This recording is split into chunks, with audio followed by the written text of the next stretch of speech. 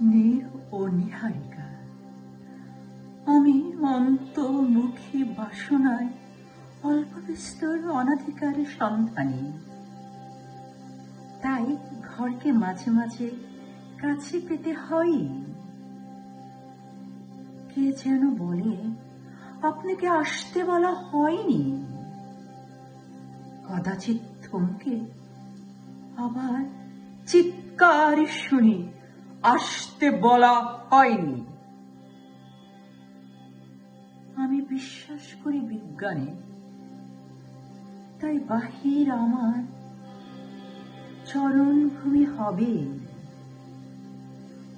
অতঃপর পরমাণু থেকে অসীম এই বিস্তৃত দেশের আমি দর্শক হতে চাই। স্বভাবতই তা স্বাভাবিক। তুমি ভুল পথে চলো নীল। আমি নিহারিকাকে, ওরা যাকে নেবুলা বলে, সূর্যের মতো শুধু ভাব আবেগ আর তাদের নিয়মিত মৃত্যুতে সদা বাষ্পাকুল মনে করি, এবং সূর্যকে সৃষ্টি দিয়েও নিরন্তর কেঁদে কেঁদে ওটাকে, অর্থাৎ নিহারিকাকে ঠান্ডা হতে হবে এবং ঘরে ফিরতে হবে, আর সূর্যকেও পথক তুলতে হবে একদিন না একদিন।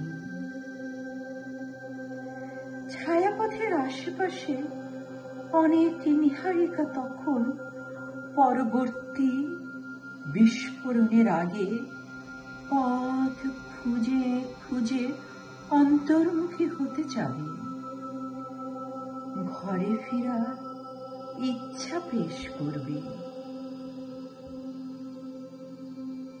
ঘূর্ণায়মান আগুন গোলকে নিহারিকাকে সূর্যই মনে করি, কারণ বাস্তবতাকে ঘিরে কাব্য এখনো বেঁচে আছে এবং অনেক গ্রহকে তৈরি মিলিয়েও অন্যত্র মিল খুঁজে গেছে। আপনাকে ও পথে যেতে বলা হয়নি, ফিরে আসুন আপনি। আমি প্রচন্ড বিকারগ্রস্ত বিক্রমে ফিরে আসি, ঘর থেকে কাল পুরুষকে বের করে দিয়ে। একটা খড়কুটোর পাখির বাসাকে আমি ঝাপসা চোখে নিহারিকা দেখেছি, আর নিহারিকাকে নীর মনে করতে যে আমার মনে হয় আমি ব্যর্থ হয়েছি।